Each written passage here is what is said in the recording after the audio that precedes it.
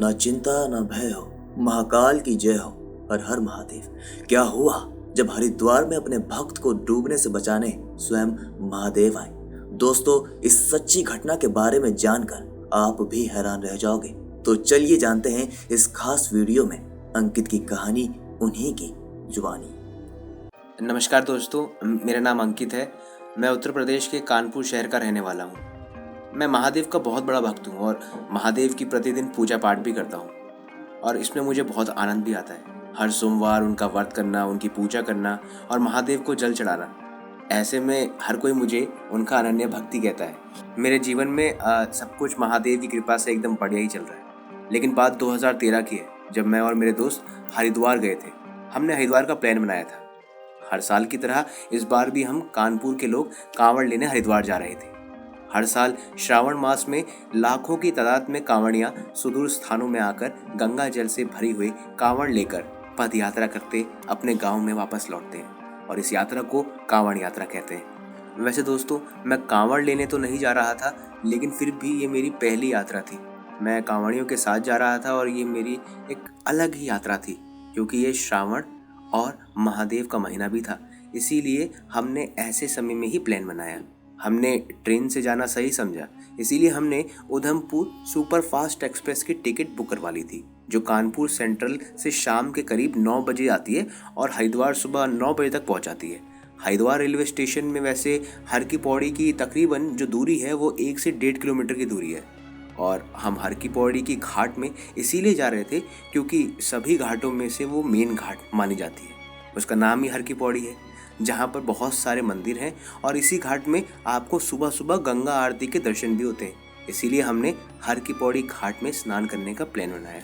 घूमते घूमते करीबन 12 बजे हम लोग हर की पौड़ी पहुँच गए। घाट पर काफ़ी देर नहाने के बाद हम माँ चंडी देवी के मंदिर में और माँ मनसा देवी के मंदिर में दर्शन करने के लिए गए। घूमते घूमते शाम के लगभग 8 बज गए थे। हमने अब फिर हर की पौड़ी घाट पर आना ही बेहतर समझा।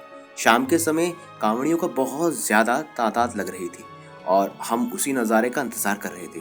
करीबन 10 बजे एकदम से कांवड़ियों का आना शुरू हो गया और सभी लोग गंगा स्नान करने लगे। ये नज़ारा देखकर हमारा भी दोबारा स्नान करने का मन होने लगा। मौका देखकर हमने भी दोबारा गंगा में डुबकी लगा ली। माँ गंगा का जल इतना निर्मल और साफ रहता है कि जिसकी कोई तुलना भी नहीं कर सकता। तभी तो कहा जाता है कि माँ गंगा बहुत ही पवित्र है। गंगा स्नान का कुछ और हम आनंद ही ले रहे थे। हम दोबारा माँ गंगा के निर्मल जल से नहाने लगे। नहाते नहाते काफ़ी देर हो गई थी और घाट में बहुत ज़्यादा भीड़ हो गई थी। वहीं दोस्तों, हरिद्वार के पास एक बहुत बड़ा बैराज है, जिसका पानी वो बार बार छोड़ देते हैं। पानी छोड़ने से पहले वो अनाउंसमेंट भी करते हैं और सभी लोगों को वार्निंग देते हैं। और उस दिन यही हुआ, मगर हम नहाने में इतने मगन हो गए थे कि हमें वो वार्निंग सुनाई ही नहीं दी। हमने ध्यान ही नहीं दिया और अचानक से पानी की जो स्पीड थी वो एकदम से तेज़ हो गई। मैंने जब पानी की गति को तेज़ समझा तो मैं वहाँ से भागते हुए घाट की तरफ आने लगा और मेरे हाथ से घाट की जंजीर छूट गई। मैं पानी के बहाव में बहता चला गया। पानी का बहाव इतना तेज था कि मेरी आंखें अपने आप ही बंद हो रही थी। मैं बार बार लोगों को मदद के लिए पुकार रहा था।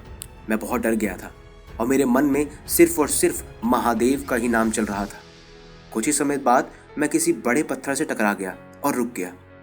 ये किसी और का नहीं बल्कि स्वयं महादेव की मूर्ति थी। हाँ, वही मूर्ति जो आपको हरिद्वार में हमेशा देखने को मिलेगी। इस मूर्ति के सहारे जब मैं पानी से बाहर निकला तो मैंने खुद को उसी जगह पर पाया जहाँ से मैंने खुद को पानी में बहाव में डूबता हुआ देखा था।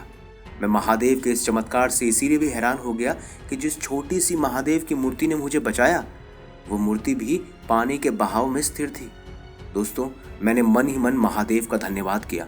मैंने जब ये बात अपने दोस्तों को बताई तो वो भी हैरान हो गए और बोलने लगे कि भाई, महादेव की शक्ति को कोई भी नहीं समझ सकता। कोई नहीं जानता कि महादेव कब और कैसे हमारी रक्षा करने आते हैं। घर पहुंचकर मैंने ये सारी बात जब अपने परिवार को बताई तो वो सब भी हैरान थे। भले ही उन्होंने मुझे थोड़ी खरी खोटी सुनाई कि मैं लापरवाह हूँ, लेकिन फिर भी उन्होंने ये ज़रूर कहा कि वो महादेव के भी भक्त हैं और महादेव की भक्ति से ही तुम्हें उनकी असली शक्ति देखने को मिली है। मैंने और मेरे परिवार ने महादेव का महामृत्युंजय मंत्र का लगातार 15 दिन तक जाप किया था। दोस्तों, इस घटना ने मेरा पूरा का पूरा जीवन बदल दिया और मैं आज भी महादेव की भक्ति उसी चाव और उसी श्रद्धा के साथ करता हूँ। तो दोस्तों, अगर आपको अंकित की कहानी पसंद आई तो इस वीडियो को ज्यादा से ज्यादा लाइक करें, शेयर करें और कमेंट में महादेव लिखना ना भूलें। जय महादेव।